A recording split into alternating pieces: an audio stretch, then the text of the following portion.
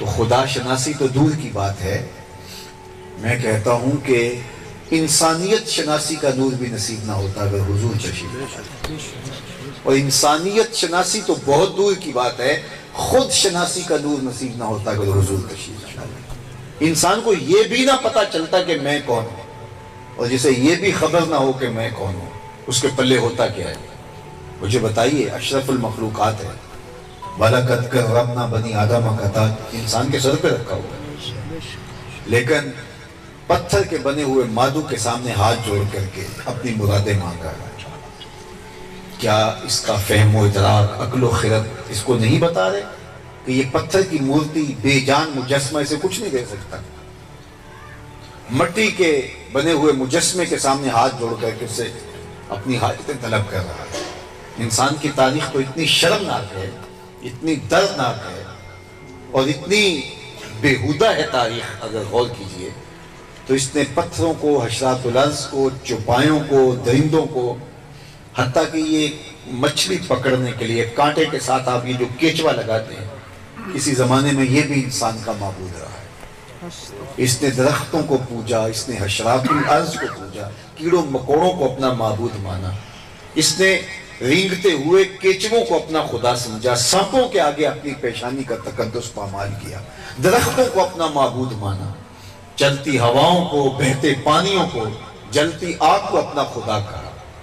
اس کی پیشانی کا تقدس کہاں کہاں پامال نہیں ہوا۔ یہ تو میرے حضور تشریف لائے جنہوں نے آ کے بتایا کہ یہ تیرے معبود نہیں، تیری دہلیز کے نوکر ہیں۔ اجرام فلکیہ ہوں یا مزار فطرت ہوں، حشرات الارض ہوں، نباتات ہوں، بہائم ہوں، چوپائے ہوں، یہ پوری کائنات یہ تیری دہلیز کی نوکر ہے۔ درختوں کو پوج رہا ہے، یہ تو تجھے چھاؤں فراہم کرنے کے لیے پیدا کیے گئے، تجھے آکسیجن دینے کے لیے پیدا کیے گئے، یہ تجھے پھل فراہم کرنے کے لیے، تیرے ایندھن کے کام آنے کے لیے پیدا کیے گئے۔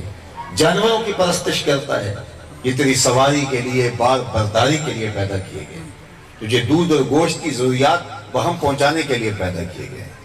چاند، سورج اور ستاروں، اجرام فلکیہ کو اپنا معبود مان رہا ہے، یہ تو تیری راہوں میں روشنی اجالنے کے لیے، تیرے ذوق نظارہ کی تسکین کے لیے پیدا کیے گئے، اور تو ان کو معبود مان رہا ہے۔ نہیں تو دیکھ، چاند کو پوچھتا ہے، یہ دیکھ انگلی اٹھتی ہے، چاند ٹکڑے ہو کے قدموں میں آتا ہے۔ سورج کو پوچھتا ہے، یہ دیکھ ہاتھ اٹھتے ہیں، وہ بھاگتا ہوا عصر کے وقت پہ آ رہا ہے۔ درختوں کو پوچھتا ہے، جا میں نہیں، تو ہی کہہ دے تمہیں اللہ کا رسول بلا رہا ہے۔ درخت بھاگتے ہوئے قدموں میں سلامی دینے آ جاتے ہیں۔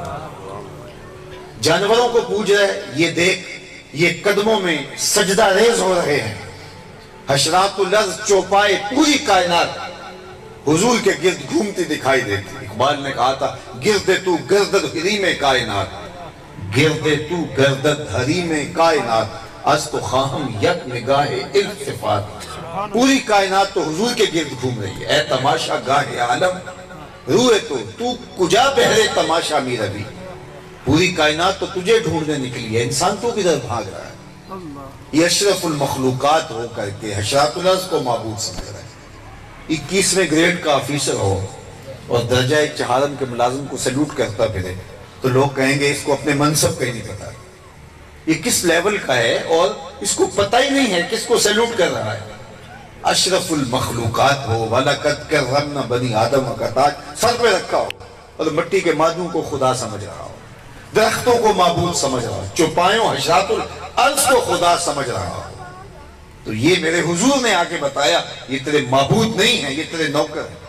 هُوَ الَّذِي خَلَقَ لَكُم مَا فِي الْأَرْضِ جَمِيعًا، زمین میں جو کچھ پیدا کیا گیا انسان کی خدمت کے لیے پیدا کیا گیا، انسان کی نوکری کے لیے پیدا کیا گیا۔ اب انسان کی آنکھ کھلی کہ میں کون ہوں، اب اسے سمجھ آئی اپنے مقام سے جب حضور تشریف لائے، جب چاند ٹکڑے ہو کے قدموں میں سلامی دینے لگا، جب درخت بول بول کے حضور کے قصیدے پڑھنے لگے، جب ابو جہل کی مٹھی میں بھی پتھر کلمے میرے حضور کے پڑھنے لگے، پھر انسان کو پتا چلا کہ میں کون ہوں۔ اب اسے خود شناسی کا نور نصیب ہوا، اپنی ذات سے ملاقات ہو، خود سے ملاقات بھی حضور کی دہلیز پہ آ گیا۔ اور اگر یہ در نہ ملتا تو آج بھی انسان اندھیرے میں بھٹک رہا ہوتا۔ اللہ اکبر، نہ خرد کی روشنی تھی نہ جنوں کی آگہی تھی۔ اگر آپ کا ذوق میرا ساتھ دے رہا ہو تو اس شعر کا حسن دیکھیے، اور میری یہ بھی کی گئی ساری گفتگو کا خلاصہ ان 2 مصروں میں آپ ڈھونڈ لیجئے۔ نہ خرد کی آگہی تھی، نہ خرد کی روشنی تھی، نہ جنوں کی آگہی تھی، تیری رہبری سے پہلے یہ جہاں جہاں نہیں تھا۔ تیری رہبری سے پہلے یہ جہاں جہاں نہیں تھا۔ اللہ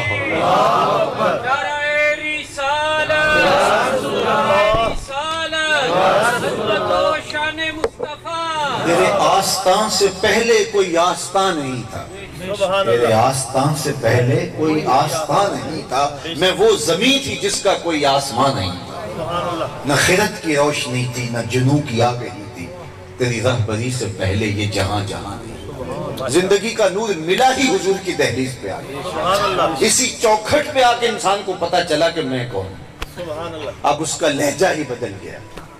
جو پتھروں کو پوج رہا تھا، مادھوں کے سامنے پیشانی رگڑ رہا تھا، لکڑی کے اوثان کو معبود سمجھتا تھا، حشرات الارض کو، چوپایوں کو، درندوں کو، بہائم کو، اجرام فلکیہ کو اپنا خدا مانتا تھا، اب اس کی بدلی ہوئی ٹون دیکھیے، تبدیل شدہ لہجہ دیکھیے۔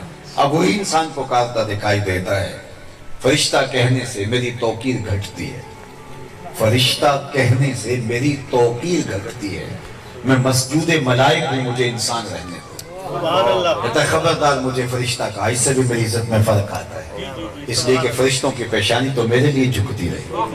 اسے اپنے آپ سے ملاقات ہی تب ہوئی جب حضور کی دہلیز پہ آیا، حضور کی چوکھٹ سے آیا۔ اب اسے سمجھ آئی تو راز کن فقاں ہے، اپنی آنکھوں پر عیاں ہو جا، خودی کا رازداں ہو جا، خدا کا ترجمہ ہو جا، خودی میں ڈوب جا غافل، یہ سر زندگانی ہے، نکل کر حلقہ شام و سحر سے جا ودا ہو جا، مسافے زندگی میں سیرت فولاد پیدا کر، شبستان محبت میں حریر و پر نیا ہو جا، گزر جا بن کے سیلے تند رو کوہ بیاباں سے، گلستان راہ میں آئے تو جوئے نغمہ ہاں ہو جا۔ تیرے علم و محبت کی نہیں ہے انتہا کوئی، نہیں ہے تجھ سے بڑھ کر ساز فطرت میں نوا کوئی۔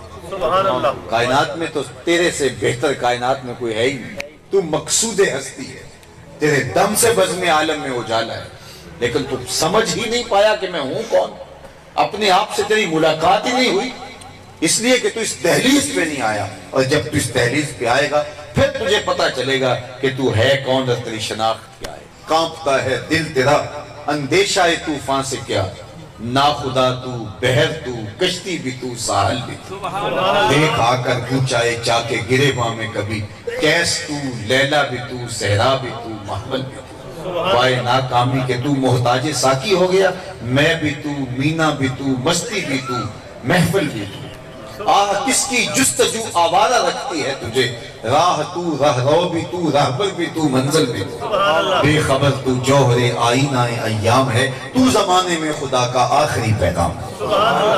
انسان کو پتہ ہی تب چلا کہ میں کون، پھر وہ خود شناس ہوا، اور پھر اس کی پرواز سریا سے بھی آگے دکھائی، پھر اس نے ستاروں کی گزرگاہوں سے آگے بڑھ کے کہا کہ یہ میری منزل نہیں ہے، یہ خاک راہ ہے، ستاروں سے آگے جہاں اور تو کہا کہ یہ تو کچھ بھی نہیں ہے، یہ تو میری دہلیز کی نوکری ہے، یہ چرخ، یہ آسمان، یہ سب کچھ میرے گرد گھوم رہا ہے، تو یہ نور، یہ سرور، یہ خود آگاہی کے اجالے حضور علیہ السلام کی دہلیز سے نصیب ہوئے، اور اگر یہ در نہ ملتا تو انسان آج بھی بھٹک رہا ہوتا، اور آج بھی اندھیروں کے اندر، ظلمتوں کے اندر کھویا ہوتا۔